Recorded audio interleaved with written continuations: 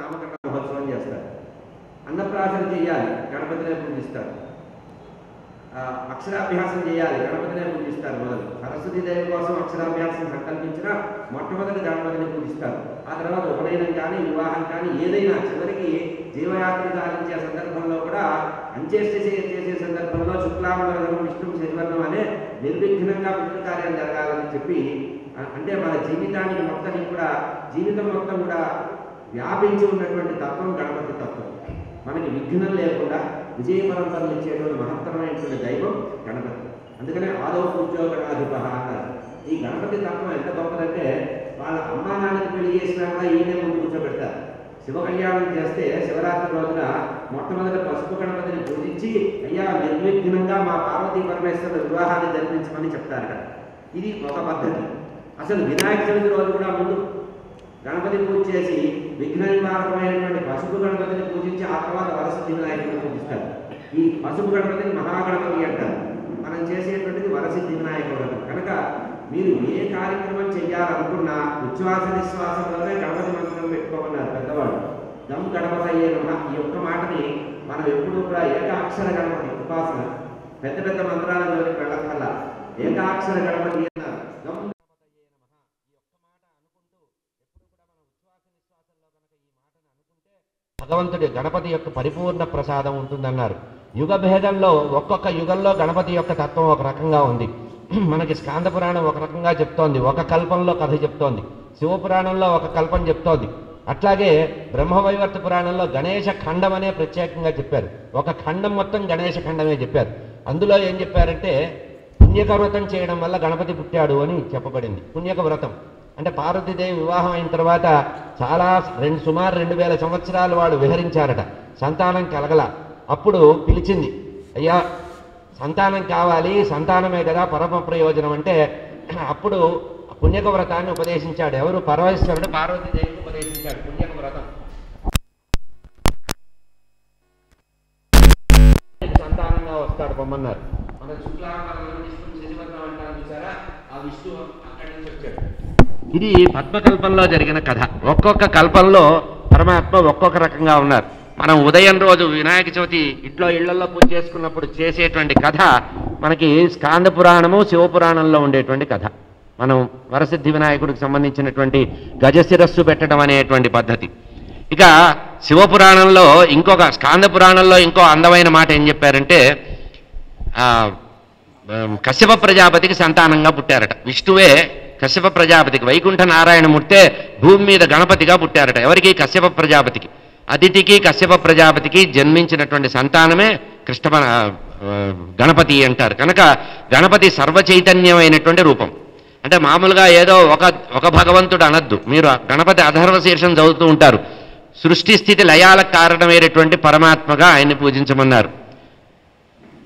నువ్వే సృష్టికర్తవి, నువ్వే వ్యవహార్తవి, నువ్వే సంహారకర్తవి అని భూత భవిష్యత్ వర్తమానాలకు సంబంధించిన సర్వకాల సర్వావస్థల్లో నువ్వే ఉన్నావు అని పరతత్వంగా గణపతిని చెప్పారు. మనకి పరబ్రహ్మగా చెప్పబడేటువంటి దేవుళ్ళు కొంతమంది ఉన్నారు. మనకి 33 మంది ప్రధాన దేవతలు ఉన్నా కూడా అందులో పరతత్వాన్ని ఉపదేశిస్తూ పరబ్రహ్మ అని పిలువబడేటువంటి దేవతలు కొంతమంది ఉన్నారు. అందులో శంకరుడు పరతత్వం, సుబ్రహ్మణ్య స్వామి పరతత్వం, పరబ్రహ్మ అని.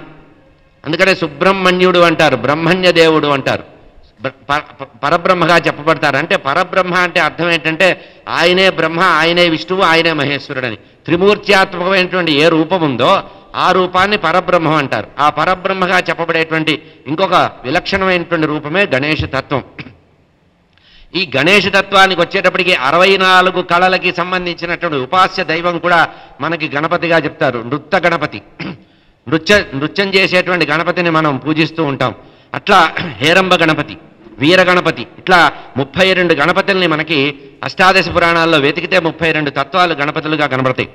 బాలగణపతి అందరికీ తెలిసిందే. ఈరోజు మనం పూజించేటువంటి వరసిద్ధి వినాయకుల్లో మొట్టమొదటిగా భావన చేసేది బాలగణపతి. రెండవది తరుణ గణపతి, తరుణ వయస్కుడైనటువంటి గణపతిని చెప్పబడుతుంది. మూడవది భక్త గణపతి, శంకరులు పార్వతీ పరమేశ్వరుల దగ్గర ఎదురుగా కూర్చొని వారిని సేవిస్తూ ఉంటాడు. ఆ తత్వాన్ని భక్త గణపతి అన్నారు.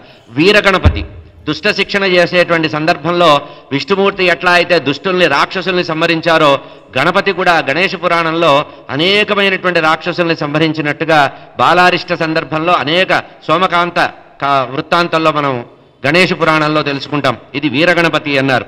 ఇక ఆత్మశక్తిని ఉద్దీపనం చేసేటువంటి గణపతి మన శక్తి గణపతి. ఈ శక్తి గణపతి ఎవరైతే ఉపాసిస్తూ ఉంటారో, నిరంతరము శక్తి గణపతిని ఉపాసిస్తారో వారికి ఆత్మశక్తి బాగా వస్తుంది. అంటే ఇంద్రియ నిగ్రహం వస్తుంది, ఆత్మ చైతన్యం వస్తుంది. మనం మామూలుగా చెప్పాలంటే కంట్రోల్ బాగా వస్తుంది. మన్ని మనం నియంత్రించుకునేటువంటి శక్తి వస్తుంది. అంటే మనలో ఉండే తపస్సు కానీ, సాధన కానీ, మనలో ఉండేటువంటి విభూతులు కానీ, మనలో ఏదైనా పవర్స్ ఉంటే, అంటే సాధన ద్వారా వస్తాయి కదా, ఉపాసన ద్వారా వచ్చేటువంటి శక్తిని మనం కనుక దాన్ని నిగ్రహంతో ఉంచుకోవాలి అంటే ఆ స్టోరేజ్ చేయగలిగే శక్తి గణపతి ద్వారా వస్తుంది.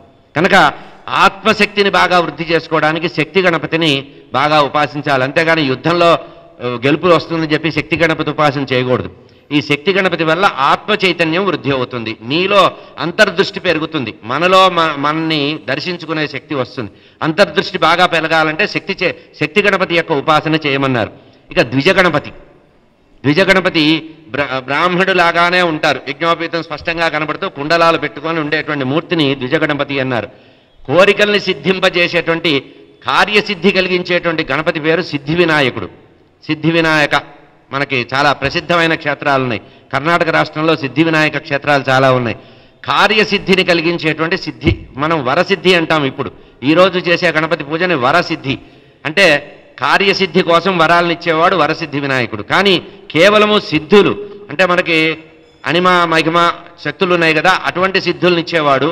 మనం ఏదైనా కోరుకుంటే ఆ కార్యాన్ని సిద్ధింపజేసేటువంటి గణపతిని సిద్ధి గణపతి అన్నారు. ఉచ్చిష్ట గణపతి అనేటువంటి ఉపాసన కూడా ఉంది. అంటే వామాచార సంప్రదాయాల్లో ఉండేటువంటి గణపతుల్లో ఉచ్చిష్ట గణపతి ఉపాసన కూడా ఉంది. అదేవిధంగా విఘ్న గణపతి, విఘ్న నివారక గణపతి అంటారు.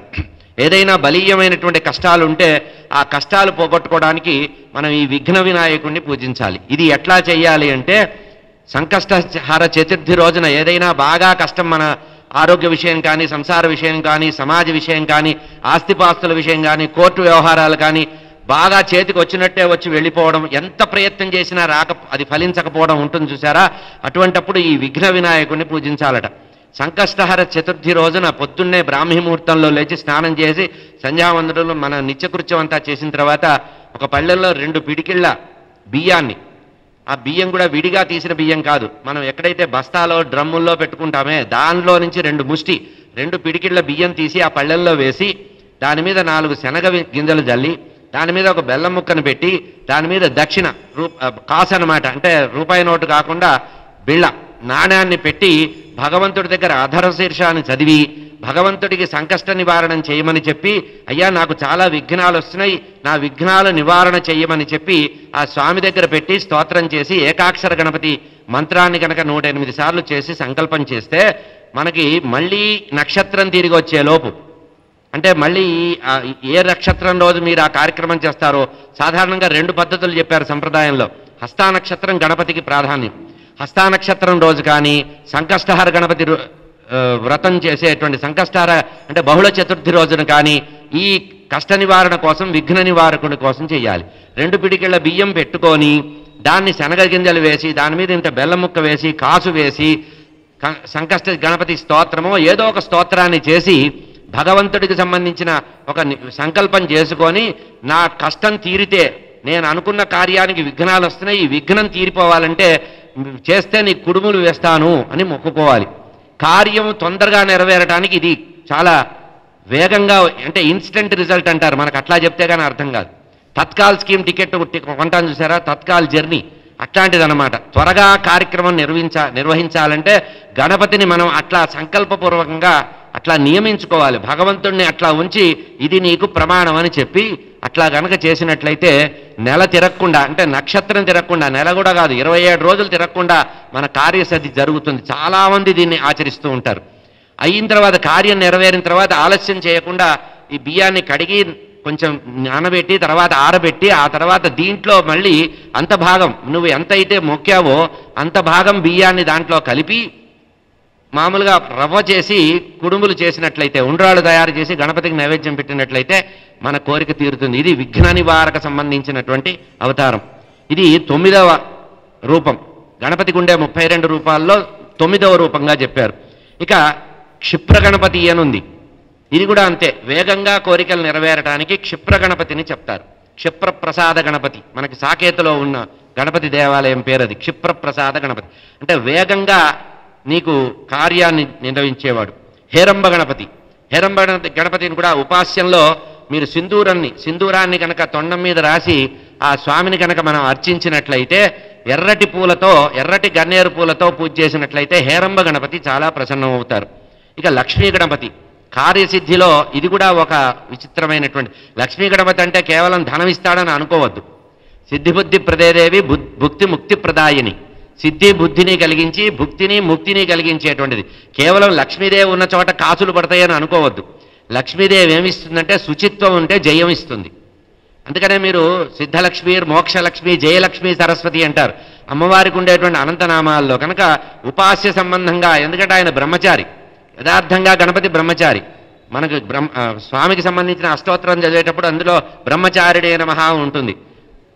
మరి లక్ష్మీదేవి ఎవరయ్యా అంటే, ఉపాస్య సంబంధంగా ఏదైనా ఒక మూలమంత్రాన్ని చేస్తున్నప్పుడు శక్తి సహితంగా చేయాలి కనుక ఆ గణపతిలో ఉండే చైతన్యమే అమ్మవారిగా వచ్చింది. గణపతిలో ఉండే ఒక చైతన్యమే ఒక రూపంలో వచ్చి ఆయన వామాంకం మీద కూర్చోనుంది కనుక ఆమెను లక్ష్మి అంటారు. ఇది లక్ష్మీ గణపతికి సంబంధించిన విషయం. ఇక మహాగణపతి అనేది ఉపాస్యానికి, అంటే కోరికలు లేకుండా చేసేటువంటి ఉపాస్యాన్ని మహాగణపతి ఉపాసన అంటారు. మహాగణపతి ఉపాసకులకు చాలామంది ఉంటారు.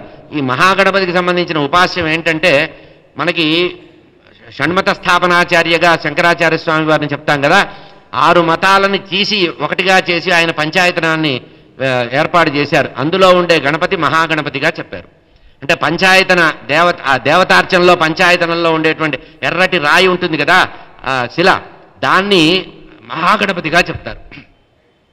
ఇది పంచాయతన దేవతగా ఉండేటువంటి మహాగణపతి. ఇక విజయ గణపతి కార్య జయం కోసం. విఘ్న గణపతి ఏమో అడ్డంకులు తొలగడానికి, నువ్వు సంకల్పించిన కార్యక్రమం దిగ్విజయం అఖండంగా, అంటే నువ్వు ఇంత అవ్వాలనుకుంటే అంతగా జరగడానికి, ఒకటి సంకల్పిస్తే 2 ఫలితాలు రావడానికి వచ్చేది విజయ గణపతిగా చెప్పారు. ఇందాక చెప్పినట్టుగా కళా ఉపాసన, చతుషష్ఠి కళలకి ఆలవాలమైనటువంటి గణపతిని నృత్య గణపతి అంటారు. నాట్యం చేస్తున్నట్టుగా ఉంటుంది, స్వామి యొక్క భంగిమ నాట్యం చేస్తున్నట్టుగా ఉంటుంది. ఇక ఊర్ధ్వ గణపతి అన్నారు. శిరస్సు మీద కూడా ఇంకొక ముఖం ఉంటుంది, అది ఊర్ధ్వ గణపతి అన్నారు. ఏకాక్షర గణపతి, గం గణపతయే నమః. ఈ గణపతికి రూపం ఉండదు, ఏకాక్షర గణపతికి రూపం ఉండదు.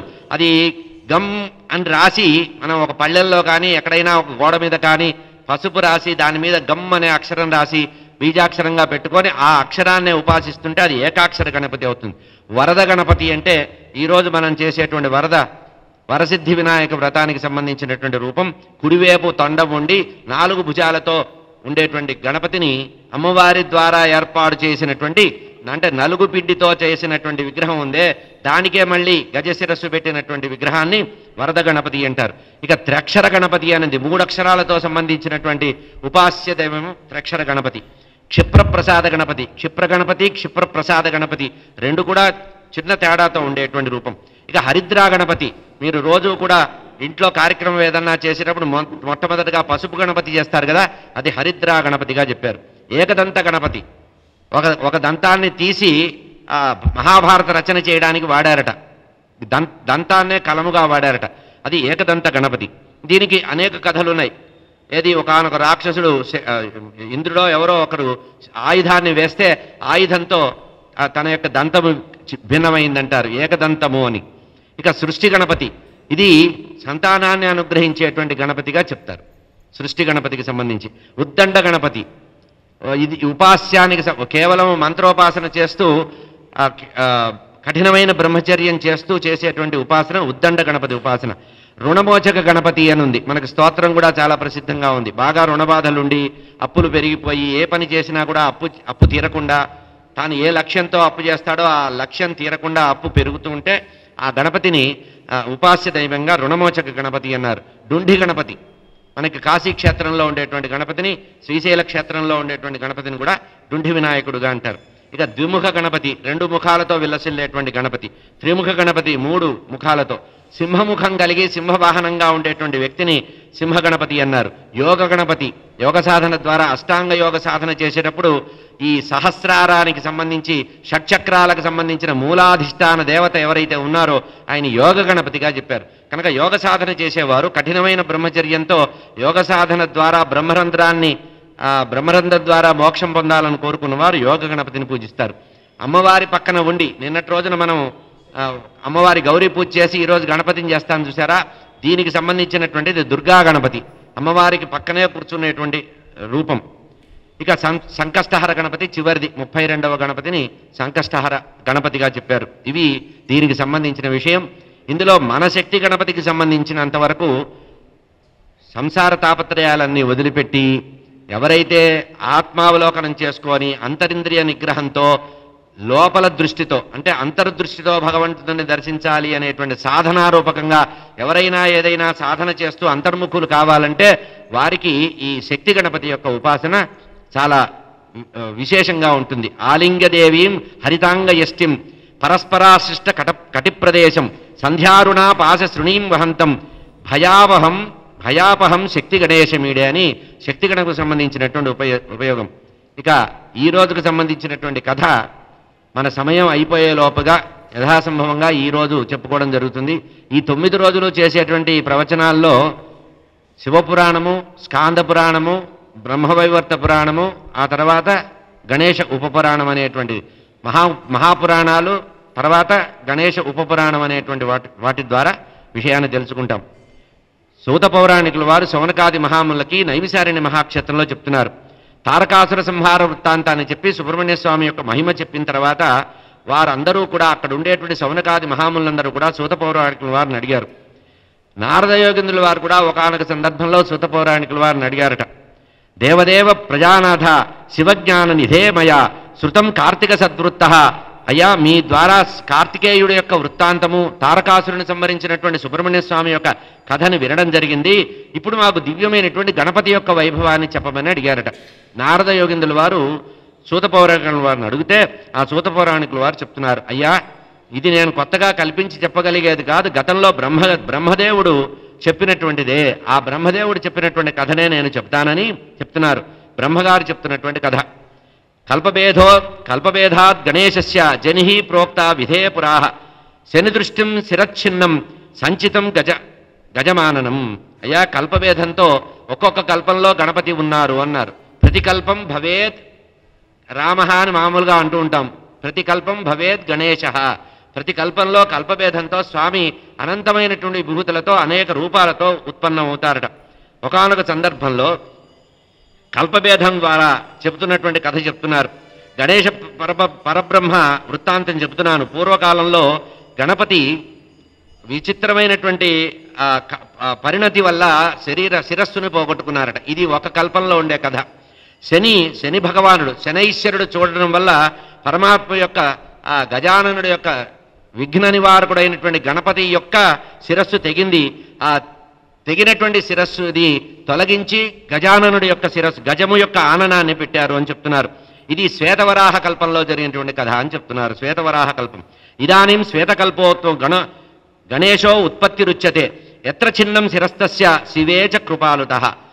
చిన్నమైనటువంటి అంటే తెగిపడినటువంటి శిరస్సుని చూసి పరమ దయాళువైనటువంటి శంకర భగవానుడు అక్కడ ఉండేటువంటి సమస్తమైనటువంటి దేవతల యొక్క ప్రార్థనని ఆలకించి అక్కడ గజ శిరస్సును వేయించారయ్యా. సందేహో నాత్ర కర్తవ్య శంకర సూనుకృతే సహి సర్వాదిశ శంభు. సర్వదేవతల యొక్క అనుగ్రహ దృష్టితో పరమాత్మ ఉన్నారు. శంకరుడు యొక్క గొప్ప లీలలో ఇదొక గొప్ప లీల. శివలీలల్లో ఒక గొప్ప లీలగా గణపతి యొక్క ఉత్పత్తి చెప్పారండి. శివలీలల్లో భాగంగా గణపతి యొక్క లీల చెప్పారు. ఇది శివపురాణాంతర్గతమైనటువంటి కథ. ఇది సందేహం లేకుండా విన్నవారికి పరమాత్మ యొక్క గణపతి యొక్క పరిపూర్ణ అనుగ్రహం ఉంటుంది. శంకరుడు చేసినటువంటి అనేక లీలల్లో ఇదొక చిన్న లీలయ్య అని చెప్తున్నారు. ఎందుకంటే పరమేశ్వరుడైనటువంటి శంకరుడు సర్వేశ్వరుడు, నిగుణుడు, అసూయ లేనివాడు, అగుణుడైనటువంటి పరబ్రహ్మ శంకర భగవానుడు తన యొక్క లీల చేత ఈ జగత్తునంతా సృష్టిస్తూ ఆ సృష్టిలో ఒక భాగంగానే గణపతిని సృష్టించారయ్యా. ఈ చెప్పబోయేటువంటి కథని శ్రద్ధగా వినండి అంటున్నారు. ఉద్వాహితే శివే చాత్ర కైలాసం చ గతే సతి కియతాచైవ కాలేన జాతో గణపతేర్భకః. అయ్యా, ఇప్పుడు చెప్తున్నటువంటి కథ ఎక్కడ ప్రారంభమైందంటే, ఒకానొక సందర్భంలో సతీదేవి వెళ్ళిపోయిన తర్వాత పరమేశ్వరుడు దీర్ఘకాలం తపస్సు చేసుకుంటూ ఏకాంతంగా కూర్చుంటే ఆ సతీదేవే పర్వతరాజైనటువంటి హిమవంతుడి యొక్క కుమార్తెగా పార్వతీదేవిగా జన్మించింది. ఆ పార్వతీ పరమేశ్వరులకి దేవతలందరూ కలిసి విష్ణుమూర్తిని ప్రార్థించి విష్ణుమూర్తి యొక్క ప్రయత్నం ద్వారా పార్వతీ పరమేశ్వరుల వివాహం జరిగింది. వివాహం జరిగిన తర్వాత చాలా కాలం విహరించి కైలాస ప్రాంతానికి చేరుకున్నారట. చాలా కాలం విహరించిన తర్వాత కైలాస ప్రాంతానికి చేరుకుంటే అక్కడ జరిగిన కథ మీకు చెప్తున్నాను. ఒకానొక సమయంలో పార్వతీదేవి కూర్చొని చెలికత్తెలతో మాట్లాడుతోందట. పార్వతీదేవికి 2 చెలికత్తెలు ఉన్నారు. పెళ్లి చేసి కాపరానికి పంపించేటప్పుడు 2 చెలికత్తెల్ని వెంట పంపించాడు హిమవంతుడు. పెద్ద చెలికత్తె పేరు జయ, రెండవ ఆమె పేరు విజయ. జయ విజయ అనేటువంటి 2 చెలికత్తెలు ఉన్నారు. వాళ్ళిద్దరూ కూడా పార్వతీదేవితో కూర్చొని ముచ్చట మాట్లాడుతున్నారు. ఆడవాళ్ల ముచ్చట్లో మాటగా ఒక మాట వచ్చింది. అమ్మా, ఈ కైలాసానికి వచ్చామే కానీ హిమవంతుడి యొక్క కూతురుగా ఉన్నప్పుడు నీకు అనేకమైన పరివారం ఉండేది. అంతఃపురంలో ఎంతోమంది నీకు సేవ చేసేవాళ్ళు. ఇక్కడ నీ వాళ్ళంటూ ఎవరు లేరు. నేను, ఈమె జయ విజయ నీకు తోడుగా ఉన్నాం. మా మాట చల్లటం లేదు. ఇక్కడ మా మాట ఎవడు వినడం లేదు. ఎప్పుడూ కూడా ఎవరు పడితే వాళ్ళు లోపలికి వస్తున్నారు, వెళ్ళిపోతున్నారు. నీకు ఏకాంతం అనేది ఉండట్లా. కనుక ఇక్కడ చూస్తే ప్రమదగణాలు, భూతగణాలు అందరూ తిరుగుతున్నారు. నందీశ్వరుడు ఎక్కువ హడావుడి చేస్తున్నాడు. ఇక్కడ ప్రతిదాన్ని డామినేట్ చేస్తున్నాడు నందీశ్వరుడు. ఎప్పుడు పడితే అప్పుడు మమ్మల్ని భయపెడుతున్నారు ప్రమదగణాలు. ఇట్లా ప్రమదగణాల చేత భయపడుతూ ఎవడు మన మాట లెక్క చేయకపోతే మన మాటకు విలువే ఉందమ్మా. కనుక మనకంటూ కొంత రిక్రూట్మెంట్ మనం చేసుకోవాలి, కొంతమందిని మనం కూడా తయారు చేసుకోవాలి అని నీ ద్వారాన్ని ఎవడు పడితే వాడు లోపలికి రాకుండా నియంత్రించేటువంటి ఒక వ్యక్తి కావాలి. జయాచ విజయాసక్వి పారత్వాచ విలిప్యతే రుద్రస్య చ గణాః సర్వే శివస్య ఆజ్ఞా పరిపాలయా. ఇక్కడున్న ప్రతివాడు కూడా శివాజ్ఞనే పరిపాలిస్తున్నారు, కానీ మీ మాట నా మాట చెల్లటం లేదమ్మా. కనుక ఎందుకు ఈ మాట చెప్తున్నామంటే, నంది భృంగి పురస్సరాహ, నందీశ్వరుడు భృంగీశ్వరుడు వాళ్ళు వీడు హడావుడి చేస్తూ ఇక్కడ ఉండేటువంటి భూతగణాలన్నీ కూడా ప్రమదమైనటువంటి వాళ్ళందరూ కూడా ప్రమదగణాలందరూ కూడా హడావుడి చేస్తున్నారు. ఏకశ్చైవ ఆస్మే. కనుక నీకు నాకు మాట నడబడాలంటే మన మాట కూడా వినేటువంటి ఒక వ్యక్తి ఉండి మనం ఏం చెప్తే అది చేసే వ్యక్తి మనకు కావాలమ్మా అంటే, అమ్మవారు అనుకుందిట, పరమేశ్వరుడే నా వాడైనప్పుడు ఇంకా నాకు వేరే వాళ్ళు ఎందుకు అన్నదట. ఆమె తీసిపారేసింది, కొట్టిపారేసింది. కాలం గడుస్తోంది. బ్రహ్మవాచ ఇత్యుక్త్వా పార్వతీదేవి సఖీభ్యాం సుందరం వచః. ఆ మాట విన్నదే కానీ చెవిని వేసుకోలేదు. ఎందుకంటే పతివ్రతా శిరోమణి కనుక ఆమె నాకంటూ ఎవరు అక్కర్లేదు, నాకు సర్వము కూడా పరమాత్మే ఉన్నారు అనుకుందట. కానీ ఇట్లా ఉంటూ ఉండగా ఒకరోజు అమ్మవారు తలంటి పోసుకుందిట. తలంటి పోసుకుంటానికి లోపలికి వెళ్ళిందిట. వచ్చేటప్పటికి శంకర్ల వారు ఏదో ఎక్కడికో వెళ్ళొచ్చి శూలం పట్టుకొని పెద్దగా అంగలేస్తూ లోపలికి వస్తున్నారట. వస్తుంటే నందీశ్వరుడు వచ్చి, అమ్మగారు లోపల ఉన్నారండి, ఇప్పుడు ఎవరిని లోపలికి పోనివ్వద్దని చెప్పి వెళ్ళారన్నారు. నువ్వెవడిరా నాకు చెప్పడానికి? స్వామి లోపలికి వెళ్ళిపోయారట. అప్పుడు అమ్మవారికి గుర్తొచ్చింది, ఈ జయ విజయ చెప్పింది నా కోసమే చెప్పారు వీళ్ళు, వాళ్ళు చెప్పిన మాట వినలేదు, మన ప్రైవసీ దెబ్బతింటోంది, కనుక మనం కూడా ఏదైనా ఒక ఆలోచన చేయాలని ఇంకొకసారి మళ్ళీ తలంటి పోసుకునేటువంటి సందర్భంలో, ఈ తలంటి అంటే మామూలుగా ఇప్పుడు మనం పోసుకునే షాంపూ లాంటిది కాదు, అవబృధ స్నానం అంటే పూర్తిగా మంగళ స్నానాలు చేస్తారు చూసారా, ఒంటికంతా నూనె రాసుకొని ఆ నూనె ఆరిన తర్వాత నలుగు పెట్టుకొని ఆ నలుగుని మళ్ళీ బాగా ఒలిచివేసి అవతల కవచంలాగా తీసేసి చేయడం. ఇట్లా ఆయాంతం శంకరం దృష్ట్యా సమయతే. అమ్మవారు ఈ విధంగా అనుకోని ఈసారి మళ్ళీ తలంటి పోసుకునే సమయంలో ఏవం జాతే సదాకాలే కదాచిత్ పార్వతీ శివ విచించ మనసాచేవ పరమా యా పరమేశ్వర. భర్త అయినా కూడా రాకూడని సమయాల్లో రాకూడదు. భర్తకు కూడా ఒక నిర్ణయం ఉంది, ఆ నిర్ణయాన్ని తప్పుతున్నారు. కానీ ప్రాణనాథుణ్ణి నేరుగా ఏం అనలేము, పరోక్షంగా ఎవరైనా మనకు కూడా ఎవరైనా ఇంటికి వచ్చేటప్పుడు అరే బలాని వాడిని రానివ్వక రాని యజమాని చెప్తే బయట ఉండే వ్యక్తి ఆ వ్యక్తిని వరకు రానివ్వరు. అట్లాగే నేను చెప్పిన వ్యక్తే లోపలికి రావాలి. విచార్యేతే సా దేవి వపుషో మలసంభవ. ఆ రోజు తలంటి పోసుకుంటూ ఈ రోజు కూడా ఎవరన్నా ప్రమాదం వస్తుందేమో, ఇట్లా చెయ్యకూడదు, ఈసారి జాగ్రత్తగా ఉండాలని అమ్మవారు ఏం చేసిందట, విచార్యతే సా దేవి వపుషో మలసంభవ. ఈ ఒళ్ళంతా కూడా రుద్దుకున్న తర్వాత నలుగు పిండి కూడా ఆరిపోయిన తర్వాత దాన్ని ఒలిచి మొత్తం కవచమంతా తీసినట్టుగా ఒక ముద్ద తయారైందట. అప్పుడు ఆమె మనసులో ఒక ఆలోచన వచ్చింది, ఈ నలుగు పిండితో నా శక్తినంతా ధారపోసి ఒక శక్తి తయారు చేసుకుంటా, నాకంటూ ఒక వ్యక్తిని నేను ఏర్పాటు చేసుకుంటాను అని పురుషం నిర్మలం పవిత్రమైన మనస్సు కలిగి దృఢంగా అమ్మవారి మీదే మనసు నిలబెట్టగలిగినటువంటి బాగా నమ్మకం కలిగిన ఒక సేవకుడిని తయారు చేసుకోవాలి అని తన ఆత్మ ద్వారా వచ్చినటువంటి పురుషం నిర్మమౌసదం సర్వలక్షణ సంపన్న, సర్వలక్షణాలతో కూడిన అందమైనటువంటి మూర్తిని తయారు చేసిందిట. నలుగు పిండితో తయారు చేసింది. ఎట్లా ఉన్నారట, సర్వావయవ సౌందర్యం, ఆ అవయవాలన్నీ కూడా చక్కగా తీర్చినట్టుగా ఉందిట. విశాలం సర్వశోభాగ్యం, మంచి చక్కటి ఛాతీ ఉందిట. భుజబల పరాక్రమాలు కలిగినట్టున్నట్ట. మహాబల పరాక్రమ, అమ్మవారి శక్తి స్వరూపిడి అయినటువంటి అమ్మవారు తయారు చేసినటువంటిది సర్వశక్తిమంతంగా ఉంటుంది కనుక ఆ రకంగా ఉన్నట్ట. సర్వావయ నిర్దోషం, ఏమాత్రం శరీరంలో చిన్న లోపం కూడా లేకుండా ఆ అమ్మవారు తయారు చేసిందట బొమ్మలి. వస్త్రానిచ తదా తస్మై దత్వా సా వివిధాహి, ఆ బొమ్మకి ప్రాణప్రతిష్ఠ చేసింది. మంత్రపూర్వకంగా ప్రాణాన్ని, శక్తినంతా కూడా తన శక్తిని కొంతవరకు ఆ బొమ్మకి ఇచ్చేసింది.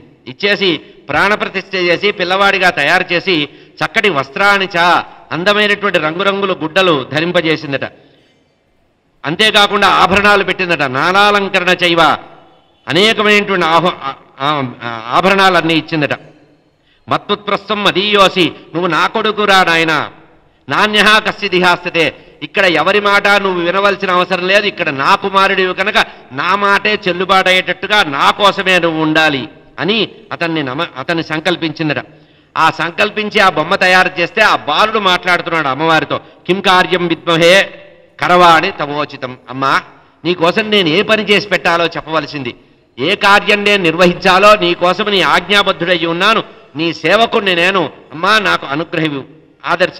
ఇత్యుక్త్వాసా తదౌ ప్రత్యువాచ సుతాం, ఆ పిండి బొమ్మ నలుగుతో తయారు చేసినటువంటి ఆ పిల్లవాడికి ప్రాణప్రతిష్ఠ చేసినటువంటి అమ్మవారిని, అమ్మవారు ఆ పిల్లవాడిని చూసి అందంగా ఉన్నాడని చెప్పి ఆ పిల్లవాడితో చెప్తోంది, నాయన హే తాత శృణు మద్వాక్యం, నాయనా కుమార నేను చెప్పేటువంటి నా మాట వినరా, కొంచెం నా మాటని జాగ్రత్తగా విను.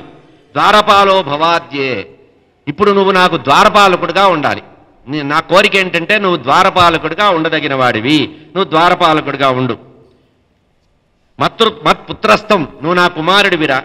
మదీయోసి, నా కోసమే సంకల్పించి నిన్ను సృష్టించానురా. నాణ్యథా కశ్చితి, నువ్వు నా కోసమే, నా వాడివే. అందుకనే సుబ్రహ్మణ్య స్వామికి శివకుమారుడు అని పేరు, గణపతికి ఆ పేరు లేదు, పార్వతీనందనుడు అంటారు. అంటే తల్లిదండ్రులు ఇద్దరు కూడా మామూలుగా ఇళ్లల్లో కూడా అంతే, ఒకరు తండ్రి పక్షం ఒకరు తల్లి పక్షం ఉంటారు. అట్లాగే గణపతి తల్లి పక్షంట, సుబ్రహ్మణ్య స్వామి మాత్రం అయ్యవారి పక్షంట. కానీ ఇక్కడ ఒక అందం చెప్పారు శివపురాణంలోనే, ఇంకొక సుబ్రహ్మణ్య స్వామి ఉత్పత్తి అప్పుడు చెప్పారట, ముఖం వరకు అమ్మవారట. సుబ్రహ్మణ్య స్వామి ముఖము వరకు అమ్మవారట, శరీరం అంతా శంకరుడిట.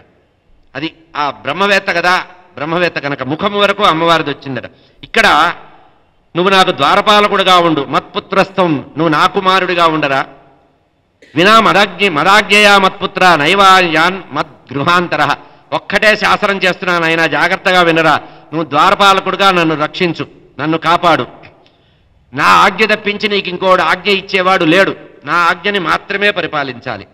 ఎవరైనా ఎప్పుడైనా నా ఆజ్ఞ లేనిదే లోపలికి రాకూడదు. హఠాత్తుగా ఎవడైనా నా ఇంట్లోకి రాబోతే వారిని నువ్వు అడ్డుకోవాలి.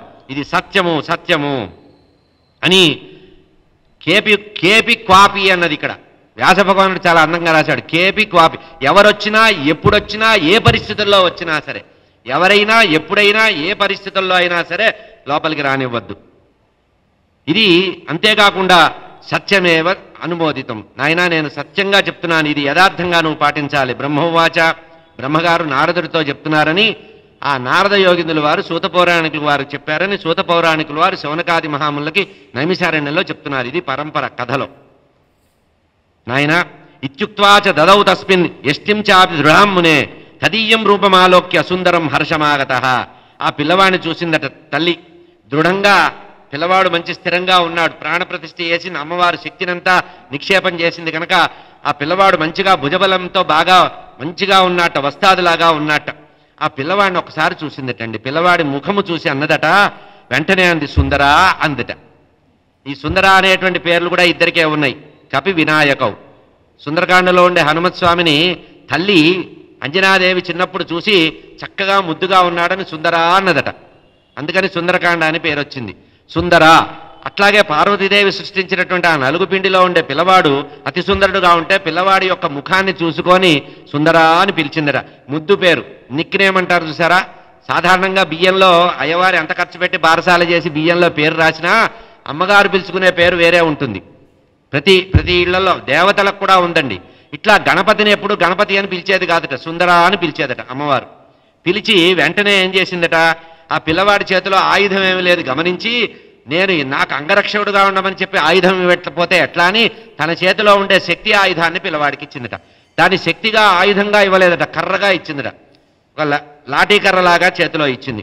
దాన్ని ఆ పిల్లవాడి ముఖం చూసి ముద్దు పెట్టుకుందట. శిరస్సుని ఆఘ్రాణించి అమ్మవారు కృపయా ప్రేమతో అనురాగంతో ఆ పిల్లవాడికి ఒక కట్టెనిచ్చిందట చేతికి. మళ్ళీ పిల్లవాడిని చూసిందట. నాయనా స్థిరంగా ఉండరా నువ్వు ఇక్కడే అని చెప్పిందట. ఆ పిల్లవాడు ఆ కర్ర పట్టుకొని ఎక్కడ లేని పెత్తనం వచ్చింది కదా, అమ్మవారు ఇచ్చేసింది, అమ్మవారు చెప్తే ఇంకా తిరుగులేదు కదా అని చెప్పి ఆ కర్ర పట్టుకొని అటు ఇటు తిరగడం మొదలుపెట్టాడు. ఆయన ఏం చెప్పుకుంటున్నాడు, నేను దేవీపుత్రుణ్ణి అని చెప్పుకుంటున్నాడు. నేను దేవీపుత్రుణ్ణి, అమ్మనే. అంతే, అమ్మవారు లోపలికి వెళ్ళింది, స్నానానికి వెళ్ళింది. ఏతస్మిన్నేవ కాలేతో శివో ద్వారి సమాగత కౌతికీ మునిశార్దూలా నానాలీల విశారద ఉవాచ శివేశం తమ విజ్ఞాయ గణాధిప. ఈ విధంగా లీలా పండితుడు, లీలలు చేసే వాళ్ళల్లో పెద్ద పండితుట్టండి. మామూలుగా మనం కృష్ణ పరమాత్మనో ఎవరినో అనేటప్పుడే లీలా మానుష విగ్రహుడు అంటాం. కానీ ఇక్కడ వ్యాస భగవానుడు ఏమంటున్నారు, పరమాత్మ ఎట్లాంటి వారట, లీలా పండితుట్ట. లీలలు చేయడంలో అప్రమేయమైనటువంటి పాండిత్యం కలవాడు. అమ్మవారిని పెళ్లి చేసుకోవడానికి ముందుగా అనేకమైన పరీక్షలు పెట్టాడు. ఎప్పుడు కూడా ఆలోచిస్తే లోకంలో ఎప్పుడు ఎట్లా ఉంటాయి, అమ్మాయి పరీక్ష పెడుతుంది, కానీ ఇక్కడ అబ్బాయి పరీక్ష పెట్టాడు. శంకరుడు యొక్క గొప్పతనం అది, స్టేటస్. శివకళ్యాణంలో, సీతా కళ్యాణంలో శివధనస్సు విరిస్తే కానీ అమ్మవారు నిన్ను పెళ్లి చేసుకోవాలా. కానీ రుక్మిణీదేవి అన్నది, నువ్వు వచ్చి తీసుకెళ్తే కానీ రానని. కానీ శివతత్వం ఏంటంటే అమ్మవారు తపస్సు చేసింది అయ్యవారి కోసం, నువ్వే నాకు భర్త కావాలని. అట్లా లీలా పండితుడైనటువంటి ఆ శంకర భగవానుడు ఉత్కంఠతో ఏదో ఒక విజయాన్ని చేసి వచ్చాడు. ఎక్కడో దుష్ట శిక్షణ చేసి ఆనందంగా వచ్చాడు. ఈ వార్తని మొట్టమొదట భార్యకి పంచుకోవాలి, భార్యతో చెప్పాలని ముచ్చటగా వస్తున్నాడు, లోపలికి వచ్చేస్తున్నాడు. ద్వారం దగ్గర లోపలికి రాబోతుంటే ద్వారం దగ్గర ఆ పిల్లవాడు పట్టుకున్నాడు, సుందరుడు పట్టేసుకున్నాడు. వెంటనే వెళ్ళడానికి వీల్లేదన్నాడు. ఉవాచ నివేశం తమ ఆజ్ఞయా గణాధిప మాతురాజ్ఞం వినాదేవా గమ్యతాం న త్వయాధన. మా అమ్మగారి యొక్క ఆజ్ఞ లేకుండా ఈ చీవని కూడా లోపలికి రానివ్వను, గాలి కూడా లోపలికి రావడానికి వీల్లేదు. మీరెట్లా వస్తారు, ఆగిపో, అక్కడే ఉండు. లోపల స్నానానికి వెళ్ళింది అమ్మగారు. అయిన తర్వాత అమ్మవారి అనుమతి అయితే అప్పుడు లోపలికి పంపిస్తా అన్నారు. ఒక్కసారి స్వామి అనుకున్నాడు, ఇంతవరకు ఎవరు అంతా నా వాళ్లే ఉన్నారు, ఇప్పుడు ఎవడో కొత్తవాడు వచ్చాడు, వీడెవడా అనుకున్నాడు. ఇత్యుక్త్వా ఇష్టికం తస్య రోధనాయ తదాగ్రహీత్. ఈ కర్ర చూపిస్తూ మాట్లాడేటండి. మామూలుగా మాట్లాడితే అంత కోపం వచ్చేది కాదు శంకరుడికి, దండం చూపిస్తూ మాట్లాడేట. ఏమనుకుంటున్నావు, అమ్మవారి ఆజ్ఞ లేనిది లోపలికి పోవడానికి వీల్లేదు కాక వీల్లేదు. రోధనాయ నిరోధించాడు, అడ్డుకున్నట్ట. తం దృష్ట్వాస్తు శివప్రాహ కం నిషేధసి మూఢసి. ఒరే మూర్ఖుడా, నేనెవరినో తెలిస్తే పశ్చాత్తాపడాల్సి వస్తుందిరా, నేనెవరో తెలుసా. మాం నా జానాసి, నేనే నీకు తెలియదా, నన్నే నువ్వు గుర్తుపట్టలేదా. శివోహమితి నాణ్యథ, నేను శివుణ్ణిరా, అంతకంటే వేరువాణ్ణి కాదురా. వేరేవాడిని ఇక్కడికి ఎందుకు వస్తారా ఈ సమయంలో, నేను శివుణ్ణిరా అని చెప్పుకొని మాట్లాడాడు. తాడితస్తేన ఇష్టీనాం. గణపతి ఇవేమి పట్టించుకోలే, చేతిలో కర్రని ఎత్తి చూపిస్తూ సమస్య లేదు, లోపలికి పోనిచ్చే అవకాశమే లేదు, లోపలికి ఎవడు వెళ్ళలేరు అని, ఇంకా ఇక్కడే ఎందుకు నిలబడ్డావని కొట్టడానికి కర్రెత్తాట ఆ బాలుడు పరమేశ్వరుడి మీదికి. అప్పుడు పరమేశ్వరుడికి కోపం వచ్చిందట. శివోవాచ మూర్ఖోసిత్వం న జానాసి శివోహం గిరిజాపతి. అరే పిచ్చివాడా, మూర్ఖుళ్లాగా ఉన్నావు, నేను శివుణ్ణిరా. శివోహం, తన గోత్రం తాను చెప్పుకోవాల్సింది పిల్లవాడి దగ్గర. శివోహం న జానాసి గిరిజాపతి. అయ్యా నేను శంకరుణ్ణి అంటే గుర్తుపట్టలేదు, నేను గిరిజాపతిని రా అన్నాడు. మీ అమ్మగారి మోగుడిని రా అన్నాడు. అయినా సరే పట్టించుకోవాలా. స్వగృహం యామిరే బాల, నా ఇంట్లో నాకు ప్రవేశం లేకపోవడం ఏమిట్రా. నిషేధసి కథం హిమత్, లోపలికి రావడానికి ఇన్ని అవసరాలు ఉన్నాయా. ఇత్యుక్త్వా ప్రవిశంతం మహేశం గణనాయక. ఈ విధంగా క్రోధాన్ని ప్రదర్శించారట స్వామి నవ్వుతూనే. ఇంత ఉన్నాడు వీడు, నన్ను అడ్డగిస్తున్నాడు, వీడికి రెండింతలుంది కర్ర, ఆ కర్ర ఎత్తి మరీ చూపిస్తున్నాడు కొట్టడానికని బాగా కోపం వచ్చిందిట. అయితే స్వామి ఇట్లా ఎప్పుడైతే కళ్ళెర్ర చేశాడో ఏం భయపడతాననుకుంటున్నావా అని ఒక దెబ్బ వేశాట. ఎవరు? బాలుడు శంకరుణ్ణి ఒక దెబ్బ వేశాట కర్రతో. ఏం చెప్పమంటావు? బ్రహ్మగారు చెప్తున్నారు నారదుడితో, నాయనా ఏం చెప్పమంటావయ్యా? అప్పుడు శంకరుడు వెంటనే పక్కకు వచ్చి 2 అడుగులు పక్కకు వేసి అడిగాట, ఆ ప్రమథగణాలు ఉన్నారు కదా, ఎవర్రా వీడు, కొత్తవాడు వచ్చాడు, వీడు నన్ను కొడుతున్నాడేంట్రా, ఏమిటి వీడి పరిస్థితి ఏమిటో చూడండి అన్నారు. ఇత్యుక్త్వా శివస్తత్ర స్థితః క్రుద్ధో గృహాద్భవి. ఇక అక్కడ ఉంటే అవమానం జరుగుతుందని బయటకు వచ్చాట. కొంచెం బయటకు వచ్చేసి, లోపలికి అనుమతి లేదు కదా, భయపడ్డాట. భయపడి బయటకు వచ్చేసి, ఏమిటి ఇదంతా చిరాకు కలిగిస్తున్నాడు పిల్లవాడు, వీడి సంగతి ఏమిటో చూడమన్నట. ఎప్పుడైతే యజమాని మాట అనేటప్పటికీ ఆ ప్రమథగణాలన్నీ కూడా ఉగ్రంగా, మీకెందుకంటే మేము చూసుకుంటాం కదా అన్నారు. అయ్యవారు అనుమతిస్తే ఇంతకంత అయిపోతారు కదా. బ్రహ్మవాచ, గణపతి చెప్తున్నారు, బ్రహ్మగారు చెప్తున్నారు, గణాస్తే క్రోధ సంపన్న గత్వా శివాజ్ఞయ. ఎప్పుడైతే శంకర్ల వారు ఆజ్ఞ ఇచ్చి వీడి సంగతి ఏమిటో చూడండిరా అన్నారో వెంటనే వాళ్ళందరూ కూడా ఊగిపోయి ఆ గణపతి మీదికి, ద్వారపాలకుడుగా ఉండేటువంటి ఆ బాలుడి మీదికి వెళ్ళారట. పార్వతీ తనయుణ్ణి ప్రశ్నించారట. శివగణావుచు కోసిత్వం కుత ఆయాతం కిం వా త్వం చ చికీర్ష. అయ్యా నాయనా నువ్వెవడివిరా, ఎక్కడి నుంచి వచ్చావు, కొత్తగా కనబడుతున్నావు, ఇంతకుముందు ఎక్కడా ఈ చుట్టుపక్కల ఎక్కడా కనపడలేదురా కైలాసంలో. నువ్వు గనక నిజంగా బతకాలనే కోరిక నీకు ఏ కొంచెం ఉన్నా ఇక్కడి నుంచి దూరంగా తొలగిపో. బ్రహ్మగారు చెప్తున్నారు, తదీయం చు తద్వాక్యం గిరిజాతనయ. ఈ విధంగా ఆ ప్రమథగణాలు మాట్లాడినటువంటి మాటల్ని విని ఏమాత్రం భయం లేకుండా ద్వారపాలకుడుగా ఉండేటువంటి ఆ బాలుడు వాళ్ళందరినీ ఒక తోపు తోశాట ముందుకి. వాళ్ళు కింద పడి మళ్ళీ లేచారట. గణేశావుచు యూజం కేకుత ఆయాత భవంత సుందర ఇమే యాత దూరం కిమర్థం వై. అయ్యా అసలు మీరెవరో చెప్పండి, ఆ పెద్ద మనిషి ఎవరో వచ్చాడు, ఆయన కాదంటే అవమానంతో పక్కకి వెళ్ళిపోయాడు, అసలు ఇప్పుడు మీరెవరో చెప్పండి నాకు. ఆయనైతే పంపగలిగా, మీ సంగతి ఏమిటో చెప్పమన్నారు. ఎందుకయ్యా, చూడబోతే ఏదో అందంగా శరీరం ఉంది, ఎందుకు శరీరానికి గాయాలు చేసుకుంటారు, నేను గనక దండించడం మొదలు పెడితే మీ శరీరాలన్నీ కూడా రక్తసిక్తం అవుతాయి, ఇక్కడి నుంచి వెళ్ళిపోండి. అయినా మీకు మాకేం సంబంధం, మీకు మాకేం కొట్లాడలేదు, ఆ పెద్ద ఆయన ఎవరో రమ్మను, మధ్యలో మీరెందుకు, అసలు ఆయన్ని రమ్మను, కనుక మీతో నాకు విరోధం అవసరం లేదు. ఏవం శ్రుత్వా వచస్తస్య హాస్యం కృత్వా పరస్పరం. ఈ విధంగా పరస్పరం హాస్య సంభాషణలు చేసుకున్నారట. ఎవరు? శివదూతలు, ఆ బాలుడు. ఈ విధంగా మాట్లాడుకున్నారు.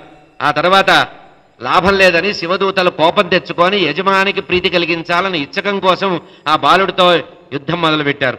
శివగణాభూచు శ్రూయతాం ద్వారపాలాహి వయం శివగణావరాహ. ఆయన పేరు చెప్పుకుంటే దిక్కు లేకుండా ఆయనే బయటికి వెళ్ళిపోయాడు. ఇప్పుడు వీళ్ళు చెప్పుకుంటున్నారు, మేమెవరో తెలుసా, మేము శివగణం అన్నారు. అప్పుడు గణపతి నవ్వుతూ, ఆయనకే దిక్కు లేదు, మీరు ఆయన గణం అంటున్నారు కదా, మీ స్టేటస్ ఇంకా చిన్నది కదా, పోండి పోండి పక్కకి వెళ్ళిపోండి అన్నారు. ఆయన మేము ద్వారపాలకులం రా, శివుడికి కనుక శంభు ప్రసాదం వల్ల మేము ఇక్కడ ఉంటున్నాం. ఇత్యుక్తోపి గణేశస్య గిరిజా తనయో భయ నిర్భత్స్య శంకరగణాన్ ద్వారం ముక్తాం. ఈ విధంగా పార్వతీ తనయుడైనటువంటి ఆ బాలుడు భయం ఏమాత్రం లేకుండా శివగణాన్ని మొత్తం భయపెట్టాట, కర్రతోనే భయపెట్టేస్తున్నాడు. అంతేగాని ద్వారం నుంచి కొంచెం ఒక మనిషిని కూడా లోపలికి వెళ్ళే అవకాశం లేకుండా అడ్డుకున్నట్టండి. ఒక పక్కన అడ్డుకుంటూ తిరుగుతున్నాడు, ఒక పక్కన సమాధానాలు చెప్తున్నాడు. ఈ విధంగా అద్భుతమైనటువంటి లీలలు ప్రదర్శిస్తున్నాడు బాలుడు. మహేశ్వరౌవాచ కశ్యాయం వర్తతే కింబ్య. మళ్ళీ స్వామి వచ్చారు. ఒక 4-5 నిమిషాల తర్వాత వీళ్ళు మాట్లాడుకుంటున్నారు, కానీ అక్కడ ఏం జరగటం లేదు. సమస్య పరిష్కారం కాకుండా కేవలం మాటలు మాత్రమే వస్తున్నాయి. మళ్ళీ స్వామి లోపలికి వచ్చారట. శంకర భగవానుడు లోపలికి వచ్చి, ఏం మాట్లాడుకుంటున్నారయ్యా, అసలు ఈ పిల్లవాడెవరో కనుక్కున్నారా, వీడికి బుద్ధి ఉందా లేదా, ఏమిటిది, కొత్తగా వచ్చిన ద్వారపాలకుడు నా ఆజ్ఞ లేకుండా నా కైలాసంలో వీడు విర్రవీగుతున్నాడే అని స్వామి ఒక్కసారి ఈ విధంగా అద్భుతమైన లీలలు చేద్దామని నటిస్తున్నారట స్వామి కూడా. శివగణావూచు. ఎప్పుడైతే శంకర్ల వారు మరొక్కసారి ఆదేశించారో ఆ శివగణమంతా కూడా మళ్ళీ అంటున్నారు, రేరే ద్వారకస్త్వం. అరే బాలుడా, ద్వారపాలకుడా, ఏమిట్రా ఇక్కడ నిన్ను నిలబెట్టడానికి కారణం ఏంట్రా, అసలు నువ్వు ఎవరిని లెక్క చేయటం లేదు, మా యజమానిని కూడా లెక్క చేయటం లేదు, ఈ కైలాసానికి మొత్తం ప్రభువురా మా ప్రభువు, ఆ ప్రభువుని నువ్వు అడ్డగిస్తున్నావు, నీకు బతికే యోగం లేదు అన్నారట. స్వామికి కోపం వచ్చింది. ఆ వచ్చినటువంటి ప్రమథగణాలు ఎప్పుడైతే నీకు బతికే యోగం లేదన్నారో నాకా మీకా అని చెప్పి కర్రతో కొట్టడం మొదలుపెట్టాడు. అధవూచు శివాపుత్ర పరిభృత్య గణేశ్వరాన్. పార్వతీనదనుడైనటువంటి ఆ పిల్లవాడు మహావీరుడై శంకర్ల వారి యొక్క గణాలన్నింటినీ కూడా భయపెడుతూ బెదిరిస్తూ ముందుకు వెళుతున్నాడు. వాళ్ళు అంటున్నారు, యాతయాత తతో దూరే ఏరా నాయనా ఇంత పరాక్రమం ఏమిట్రా, ఎక్కడి నుంచి వచ్చిందిరా ఇంత తెలివి నీకు, మా మాటలు వింటలేదు, మా యజమాని మాట వింటలేదు అన్నారు. మళ్ళీ అంటున్నారు, వాళ్ళు కొంచెంసేపు ఆయనతో జగడం పెట్టుకున్నారు, ఆ పిల్లవాడితో ఏం లాభం లేకపోయింది, వీడి వల్ల మన వల్ల ఏ పని కాదని చెప్పి ఏం చేశారంటే మళ్ళీ శంకరుల వారి దగ్గరికి వెళ్ళి నమస్కరించి ఆయనకి ప్రదక్షిణం చేసి, అయ్యా మా ప్రయత్నం మేము గట్టిగా చేశాం, మా వల్ల ఏం అయ్యేటట్లేదు, తతశంభుగణా సర్వే శివం దూరే వ్యవస్థిత. ఈ విధంగా వాళ్ళందరూ కూడా దూరంగా తొలగిపోయారట. ఎందుకంటే ఈ పిల్లవాడు కొట్టేటువంటి కర్ర దెబ్బలు వాళ్ళకు వాతలు పడుతున్నాయట. మళ్ళీ స్వామి దగ్గరికి వెళ్ళారు. అప్పుడు స్వామి త్రిశూలాన్ని పట్టుకొని కోపాన్ని ప్రదర్శిస్తున్నారు. రేరే గణా క్లీమపతాహ, ఏమిట్రా మీరందరినీ ఇంతమంది ఉన్నారు, ఏం లాభం లేదు, ఒక పిల్లవాడిని ఎదుర్కోలేకపోతున్నారు, మీరందరూ క్లీబులు నపుంసకులు పొమ్మన్నారు, నేనే చూసుకుంటానన్నారు. ఇది సర్వే భయేశ జగ్ముహు తత్ర మునీశ్వర. ఈ విధంగా దేవదేవుడైనటువంటి పరమాత్మ గర్జించి వాళ్ళందరినీ పంపించేసి తానే సిద్ధపడాలనుకున్నారట.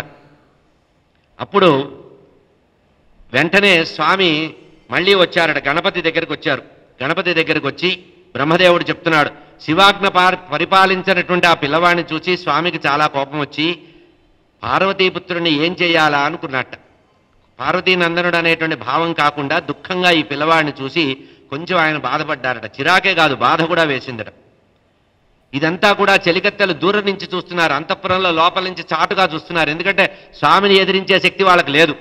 వాళ్ళు వాళ్ళ తరఫున ఒక వ్యక్తిని పురమాయించారు కనుక ఆయన చూసుకుంటాడని పరిగెత్తుకుంటూ వెళ్ళి అమ్మవారికి చెప్పారట.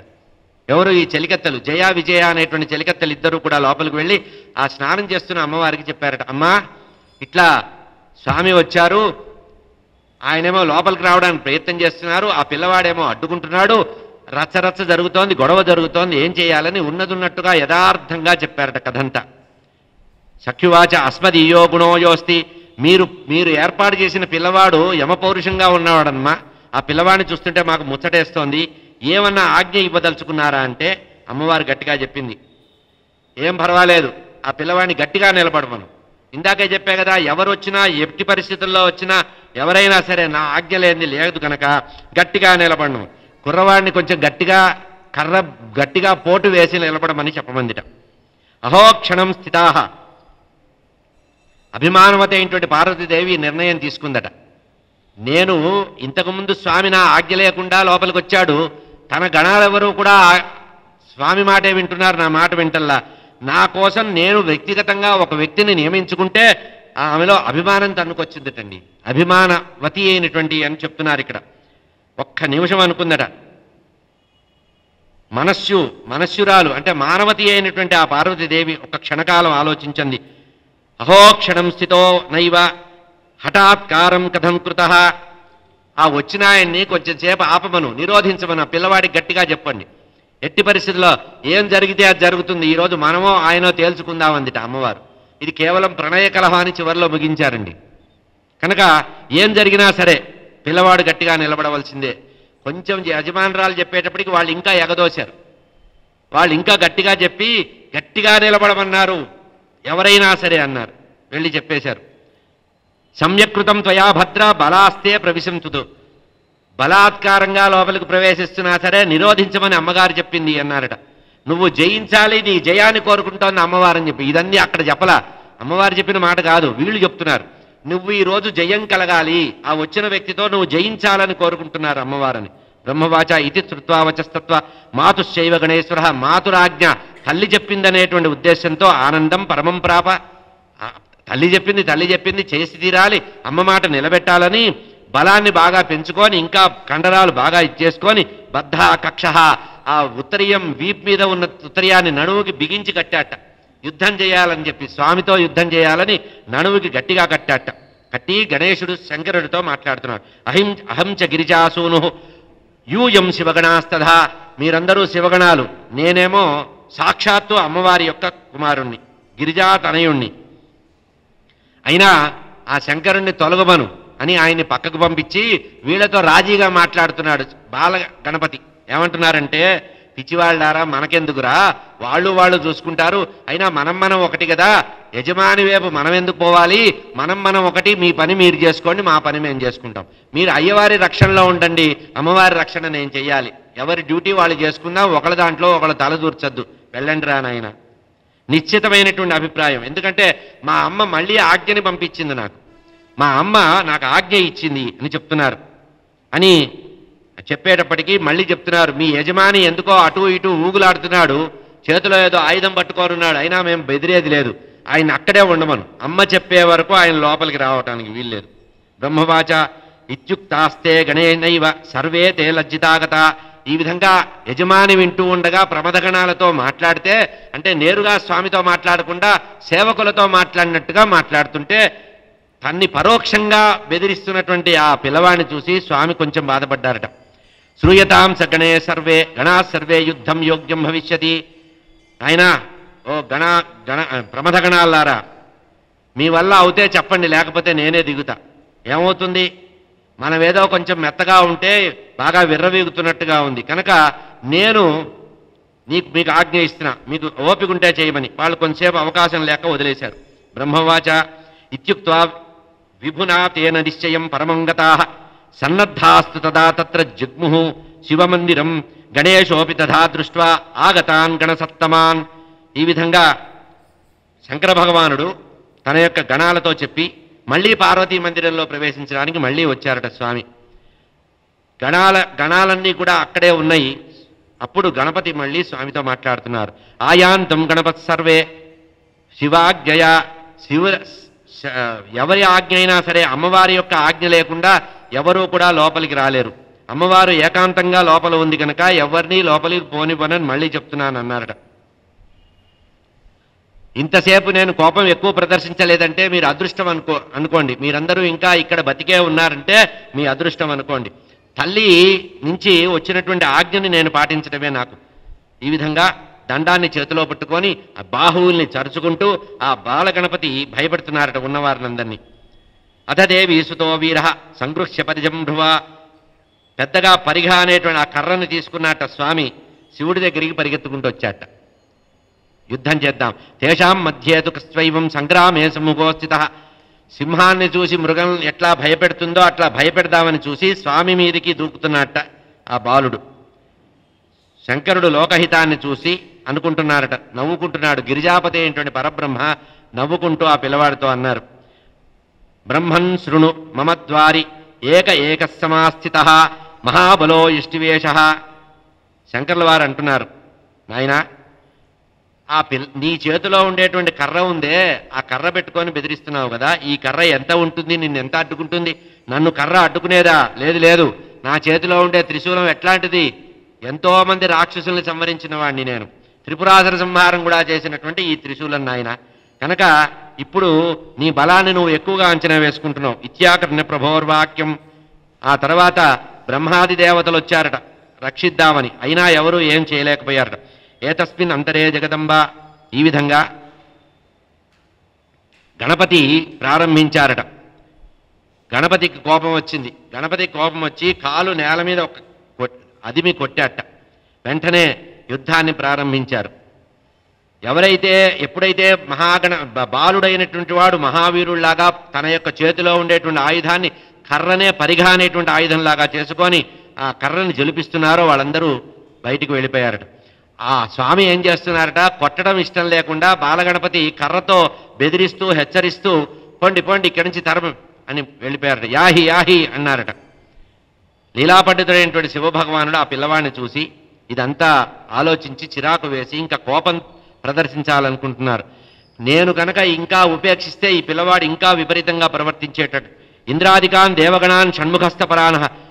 ఇంద్రుడు మొదలైనటువంటి దేవగణమంతా కూడా వచ్చి, పిశాచగణము భూతప్రేత పిశాచాలు వచ్చినా కూడా భయపడలేదట. శివాజ్ఞని ఇంతమంది వింటున్నారు కానీ బాలుడు వింటలేదని చెప్పి కోపం వచ్చి ఆయుధాన్ని చేతిలో పట్టుకున్నారట. అన్ని వైపులో అందరూ చూస్తున్నప్పుడు స్వామి నయాంతం బ్రహ్మణోపి, ఇంకా ఏతస్మిన్ అంతరేదేవి. ఈ విధంగా జగన్మాత లోపలే ఉందట. అప్పుడు స్వామి ఆ బాలుడి యొక్క శిరస్సుని ఉత్తరించారట కోపంతో. ఏతస్మిన్ అంతరేదేవి జగదంబ నిబోధన. అమ్మవారు ఆ విషయాన్ని చూసిందట. ఆయుధాలు చేతిలో పట్టుకొని అందరూ కూడా పారిపోయారు. పరమాత్మ చేసినటువంటి కార్యక్రమానికి మహాదివ్యమైనటువంటి ఆయుధాన్ని పరమాత్మ, ముక్కంటి అయినటువంటి ఆ పరమాత్మ విష్ణుమూర్తి వాళ్ళందరూ చూస్తూ హాహాకారాలు చేస్తున్న సందర్భంలో ఆ పిల్లవాడి యొక్క శిరస్సుని ఉత్తరించారట. చాలా యుద్ధం జరిగిందన్నారు. ఇంద్రుడు సహాయానికి వచ్చాట, బ్రహ్మదేవుడు సహాయానికి వచ్చాట, విష్ణుమూర్తి కూడా సహాయానికి వచ్చాట. ఎవరికి? శంకరుడు పక్షాన యుద్ధం చేయడానికి. ఆ ఒక్క బాలుడితో ఎవరూ యుద్ధం చేయలేకపోయారట. ఇది ఆ సమయంలో మోహం కలిగించారట పరమాత్మ. అందరికీ కూడా మోహానికి, ఇదంతా కూడా పరమాత్మ మోహంతో చేస్తున్నటువంటి పని. ఎంత చేసినా కూడా ఆ పిల్లవాడు గట్టిగానే ఉన్నట్ట. శూలాన్ని పట్టుకొని స్వామి అతని మీదికి దూకి ఆ విధంగా అతని యొక్క త్రిశూలం పతితం హుత్వ, ఈ విధంగా పరమాత్మ తన యొక్క పినాకమనేటువంటి ధనస్సు, త్రిశూలము, శివపరమాత్మ త్రిశూలాన్ని, ఆ తర్వాత పినాకమనేటువంటి ధనస్సుని పట్టుకొని ఆ గణపతికి సంబంధించినటువంటి విషయాన్ని చేశారట. ఈ అవకాశాన్ని పరమాత్మ తీసుకొని శూలంతో అతని యొక్క శిరస్సు ఉత్తరించిన తర్వాత అందరూ కూడా బాధపడ్డారట. బ్రహ్మాది దేవతలందరూ కూడా భయపడిపోయారట. బ్రహ్మన్వద మహాప్రాజ్ఞ తద్వృత్తం అఖిలే శృతి కిమకార్షీన్ మహాదేవి శ్రోతమిచ్చామి తత్వతః. ఈ విధంగా ఎప్పుడైతే ఆ బాలుడి యొక్క శిరస్సు ఉత్తరించబడిందో పరమాత్మ చేత, వెంటనే అందరూ కూడా దుఃఖం పొందారట. పరమేశ్వరుడు కూడా ఆ పిల్లవాడిని చూసి దుఃఖపడ్డాట. అయ్యయ్యో, ఇంత పొరపాటు జరిగిందా అని పరమాత్మ కూడా అనుకున్నారట. ఈ విషయాన్ని జయా విజయ అనేటువంటి చెలికత్తెల లోపలికి పరిగెత్తుకుంటూ వెళ్ళి విషయాన్ని చెప్పారట. వెంటనే అమ్మవారు బయటకు వచ్చింది. మత్సుతో నాసి వెంటనే అంటోంది, దేవతలు, దేవగణాలు, ప్రమథగణాలు అందరూ చూస్తూ ఉండగా నా కుమారుడికి నాశనం కలిగినప్పుడు మీరందరూ కూడా ఎవరైతే చూస్తూ ఉన్నారో వీరందరూ నశిస్తారు పొమ్మంది. వెంటనే అమ్మవారి యొక్క మనస్సులో నుంచి శక్తులు వచ్చాయట. వేల మంది శక్తులు బయటకు వచ్చాయట. కోపించిందిట అమ్మ. లక్షల సంఖ్యలో శక్తులన్నీ కూడా అమ్మవారి యొక్క శక్తి స్వరూపణలన్నీ బయటకు వచ్చినాయట. ఆ తర్వాత దేవతలందరూ ప్రార్థించారు. ఆ దేవతల యొక్క ప్రార్థనతో అమ్మవారు ప్రసన్నమైందిట. ఒకటే కండిషన్ పెట్టింది, పోయిన పిల్లవాడు తిరిగి బతకాలి, నాకు వేరే కోరికలేం లేవు. నేను ఏ సంకల్పం చేతైతే పిల్లవాడికి ప్రాణప్రతిష్ఠ చేశానో ఆ పిల్లవాడి యొక్క ప్రాణము ఈ విధంగా అని చెప్పి ఆ తర్వాత చెబితే అప్పుడు స్వామి చెప్పారట, ఉత్తర దిక్కుగా వెళ్ళండి, ఉత్తర దిక్కుగా ఏ జంతువు అయితే కనబడుతుందో ఆ జంతువు యొక్క శిరస్సును తీసుకొస్తే నేను సంకల్పంగా అతనికి ప్రాణప్రతిష్ఠ చేస్తా అన్నారు. ఈ రకంగా గిరిజాదేవిని సంతోషపెట్టడానికి పరబ్రహ్మ యావచ్చ గిరిజాదేవి కృపాం వై కరిష్యతి తావన్నైవ సుఖం. అమ్మవారిని ప్రార్థించి, అమ్మ మమ్మల్ని ఎందుకు శపిస్తావంటే నాకు సంబంధమే లేదు, నా పిల్లవాడు బతికే వరకు నా శాపం అమల్లో ఉంటుంది అనేటప్పటికి లోకమంతా ప్రళయం వచ్చిందట. ఋషులందరూ కూడా అమ్మవారికి ప్రార్థించారు. జగదంబ నమస్తుభ్య, శివావైతే నమోస్తుతే, చండికాయై నమస్తుభ్యం, కళ్యాణైతే నమోస్తుతే, ఆదిశక్తి త్వమేవావహ అని అమ్మవారిని ప్రసన్నం కమ్మంటే అమ్మవారి కండిషన్ పెట్టిందట, నా పిల్లవాడు నాకు కావాలంటే అప్పుడు ఉత్తర దిక్కుగా వెళ్ళండని స్వామి ఆ రకంగా తెచ్చారట. ఆ గజశిరస్సును తెచ్చారట. గజశిరస్సును తెచ్చి ఉత్తర దిక్కుగా వెళ్ళినప్పుడు ప్రథమం మిలిత, మొట్టమొదటగా ఏ జంతువు అయితే కలిసిందో ఆ జంతువు యొక్క శిరస్సును తీసుకురమ్మంటే ఆ రకంగా ఆ శిరస్సును తెచ్చి స్వామికి అర్పిస్తే స్వామి తీసుకొచ్చి ఆ పిల్లవాడికి ముండానికి అతికిచ్చారట. అప్పుడు వెంటనే తన యొక్క కృపా దృష్టితో పిల్లవాడిని చూస్తే పిల్లవాడు అందంగా బయటికి కనబడ్డాట. ఈ విధంగా గజము శిరస్సుగా కలిగాడు కనుక గజాననుడు అన్నారు. సంకల్ప మాత్రం చేతనే పరమాత్మ ఈ విధంగా ఆ గణపతిని ఉత్పన్నం చేశారు అని చెప్పారు. ఇది గణపతికి సంబంధించినటువంటి ఉత్పన్నమండి. తజ్జలస్పర్శ మాత్రేణ విద్యుత్. ఎప్పుడైతే పరమాత్మ గజశిరస్సుని ఇట్లా ముట్టుకున్నారో కాంతితో వెలిగినారట. భాగ్యవంతుడయ్యాట. చాలా అందంగా ఉన్నట్ట. ఇదివరకు కంటే అమ్మవారు సృష్టించిన ఆకారం కంటే కూడా గజముఖం కలిగినటువంటి స్వామి ఇంకా అందంతో ప్రకాశించారట. గజవక్త్ర సురక్త సింధూరం, మనకి ముఖం మీద సింధూరం కనబడుతుంది చూసారా, ఆ గజశిరస్సును పెట్టి స్వామి అట్లా ఒకసారి స్పృశించినప్పుడు అతని ముఖమంతా కూడా సింధూరవర్ణ శోభితమైందిట. అతి సుందరుడుగా కనబడ్డాట. గజవక్త్ర సురరక్త ప్రసన్న వదనాచ్యత శుభ్రతో లలితాకృతి తం దృష్ట్వా జీవితం బాలం శివాపుత్రం మునీశ్వరం. ఈ విధంగా పిల్లవాడు తిరిగి జీవితం పొందగానే పార్వతీదేవి ఆనందపడి అందరినీ కూడా ఆశీర్వదించిందట. ఈ విధంగా తన పిల్లవాడు పునర్జీవితం పొందినందుకు అమ్మవారు అనంతంగా ఆనందపడింది. ఆ తర్వాత పరమాత్మకు సంబంధించినటువంటి అనంతరమైనటువంటి లీలలు, ఎందుకంటే ఆ తర్వాత కార్యక్రమం ఉంది కనుక రేపు సకాలంగా 6 గంటల నుంచి 7 గంటల వరకు ఉంటుంది కనుక 6 గంటలకు సక్రమంగా ప్రారంభిస్తాం. రేపటి కథ రేపు వివరిస్తా. స్వస్తి ప్రజాభ్య పరిపాలయంతాం న్యాయేన మార్గేణ మహిం మహిషా గోబ్రాహ్మణేభ్య శుభమస్తు నిత్యం లోకాः సమస్తాः సుఖినో భవంతు. కాళే వర్షతు పర్జన్య పృథివీ సస్యశాలిని దేశోయం క్షోభరహితః బ్రాహ్మణాः సంతు నిర్భయా అపుత్రాः పుత్రిణः సంతు పౌత్రిణः పౌత్రిణः అధనాः సధనాः సంతు జీవంతు శరదాం శతం.